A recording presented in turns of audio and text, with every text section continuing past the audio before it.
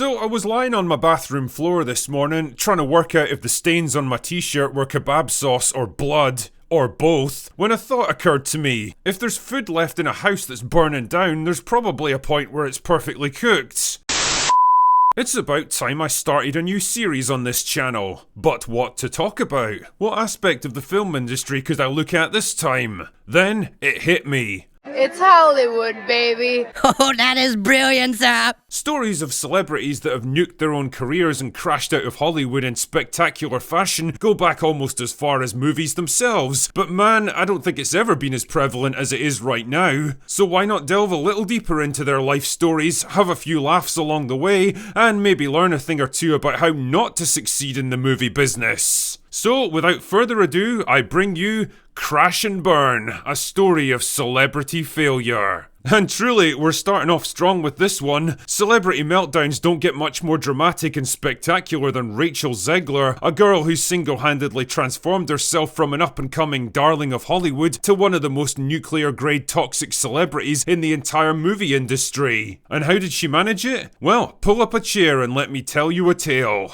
Our story begins in New Jersey back in 2001 when Rachel Zegler was born to Colombian and Polish parents. Damn man, that's a hell of a combination. Anyway, she went the typical theatre kid route and starred in a bunch of stage shows where she quickly discovered a talent for acting and singing, and even started a YouTube channel where she would cover popular movie songs. Pretty standard stuff so far, and that might have been as far as it went, were it not for Steven Spielberg, who in 2018 was looking to cast Latino actors for his upcoming remake of West Side Story. Young Rachel saw her chance and soon shot to the top of the list for the part of Maria, beating out literally tens of thousands of other hopefuls in the process. Well done, Rachel. The film would ultimately bomb at the box office, but Rachel didn't care. It had put her on the map, and now that her name was out there, she was determined to make the most of it, no matter who she had to piss off in the process. The first real sign of things to come was her behaviour at the 94th Academy Awards, where she was left out of the West Side Story guest list, probably because there's like 200 characters in that film. But Rachel wasn't about to take this shit lying down, and immediately began bitching about it on social media,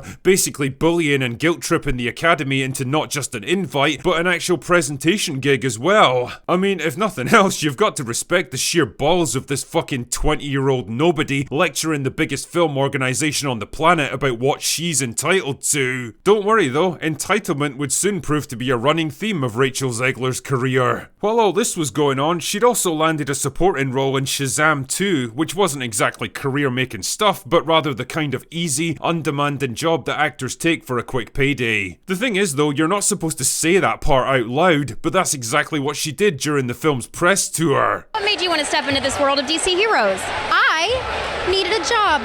I'm being so serious.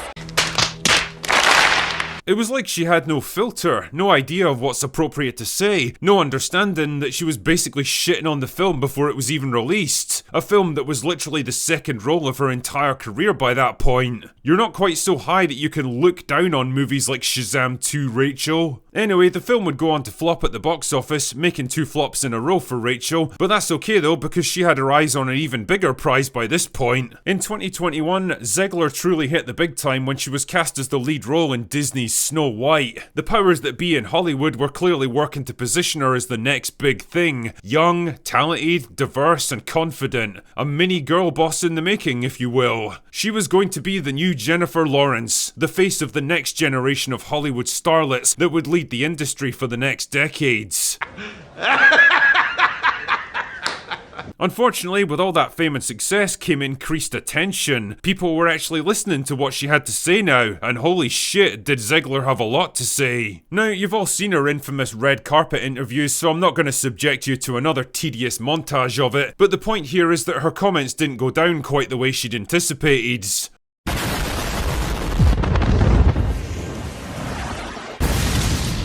For most people, this was their first real introduction to Rachel Zegler, and it wasn't a good one. She came across as arrogant, entitled and self-absorbed, casually insulting and dismissing the original Snow White, and banging on about the new film being made for modern audiences. Fuck. Just what nobody wanted to see. Now, in her defense, I still believe that she was delivering talking points given to her by the studio, but there is a way to get those kind of points across without sounding like an obnoxious arsehole. And she didn't do it. This stuff all came at the worst possible time in Hollywood history too, when the whole remade for modern audiences bubble was about to burst. The result? A social media firestorm the likes of which has never been seen before or probably since. Even Brie Larson in her Captain Marvel heyday never came close to the level of backlash directed at Snow White, and more specifically at Rachel Zegler. For a lot of people, she basically became the personification of everything they disliked about modern Hollywood. A spoiled, entitled, and not particularly talented manufactured celebrity elevated to a position she didn't deserve, and without the humility or self-awareness to even be grateful for it. Disney were forced to go into full-blown panic mode, delaying the movie by more than a year while they waited for the backlash to die down, and even putting Zegler on a humiliating, carefully stage-managed apology tour in the hopes of softening her public image. And to some extent, it did kind of work. The marginal success of the new Hunger Games movie in 2023 helped to maintain the illusion that she was still somewhat popular. Unfortunately, it didn't last long. The problems really began, well, anytime she opened her mouth and went off script. And they could only shut her up for so long. When the first trailer for Snow White landed in August 2024, Zegler immediately took to social media to thank her fans for it, even though the trailer got ratioed into oblivion and became one of the most unpopular in YouTube history. But even then, she couldn't resist dropping in a political hot take, this time weighing in on the Israel-Palestine conflict. Because truly, if there's anyone out there qualified to talk about complex geopolitical issues stretching back thousands of years, it's a spoiled 22-year-old theatre brat that's never even worked a normal job in her entire life. It's a bold strategy, Cotton. Let's see if it pays off for him. Once again, another firestorm erupted, and once again Disney were forced to go into damage control mode, this time assigning her a social media manager, and even having producer Mark Platt fly halfway across the country to personally reprimand her and ask her to take down the post. And she fucking refused.